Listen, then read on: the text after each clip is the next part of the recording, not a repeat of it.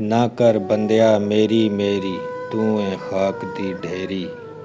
ਕੋਠੀਆਂ ਬੰਗਲੇ ਸਭ ਟੁਰ ਜਾਣੇ, ਜਦੋਂ ਲੇਖਾਂ ਨੇ ਅੱਖ ਫੇਰੀ। ਤੇ ਛੋਟੀ ਉਮਰ ਨਾ ਮਰਨ ਮਾਪੇ, ਤੇ ਛੱਡ ਨਾ ਜਾਵਣ ਮਾਵਾਂ। ਉਹ ਮਤਰਈਆਂ ਕਦੇ ਬਣਨ ਨਾ ਮਾਵਾਂ, ਸੱਚੀ ਬਾਤ ਸੁਣਾਵਾਂ।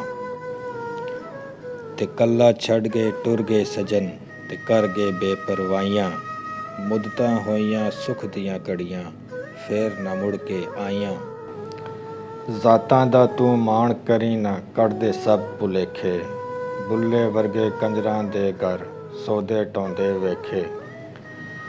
ਤੇ ਰੱਬਾ ਤੇਰੀਆਂ ਤੂੰ ਹੀ ਜਾਣੇ, ਇਹ ਕੀ ਖੇਡ ਬਣਾਇਆ ਈ। ਬੰਦੇ ਰਾਤ ਨੂੰ ਭੁੱਖੇ ਸੌਂਦੇ, ਤੇ ਕੁੱਤੇ ਖਾਣ ਮਲਾਈ। ਤੇ ਗੱਲ ਸੁਣ ਚੱਲਿਆ ਮੌਤ ਦਾ ਸੁਣ ਕੇ, ਨਾ ਰੌਣ ਅੱਖੀਆਂ ਚੋਂ ਪਾਣੀ।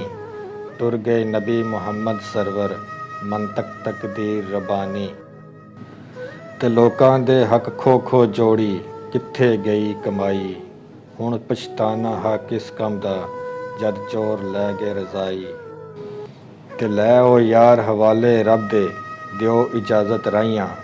ਵਸਦੀ ਨਗਰੀ ਖਾਲੀ ਹੋ ਗਈ, ਕੰਡ ਕੀਤੀ ਜਦ ਪਾਈਆਂ। ਲੈ ਉਹ ਯਾਰ ਹਵਾਲੇ ਰੱਬ ਦੇ, ਮਿਲ ਲੈ ਅੱਜ ਜਾਂਦੀ ਵਾਰੀ। ਇਸ ਮਿਲਨੇ ਨੂੰ ਤੂੰ ਯਾਦ ਕਰੇ ਸੈਂ, ਤੇ ਰੋਸੇ ਉਮਰਾਂ ਸਾਰੀ। ਤੇ ਲੈ ਉਹ ਯਾਰ ਹਵਾਲੇ ਰੱਬ ਦੇ, ਮੇਲੇ 4 ਦਿਨਾਂ ਦੇ। ਤੇ ਉਸ ਦਿਨ ਈਦ ਮੁਬਾਰਕ ਹੋਸੀ, ਤੇ ਜਿਸ ਦਿਨ ਫੇਰ ਮਿਲਾਂਗੇ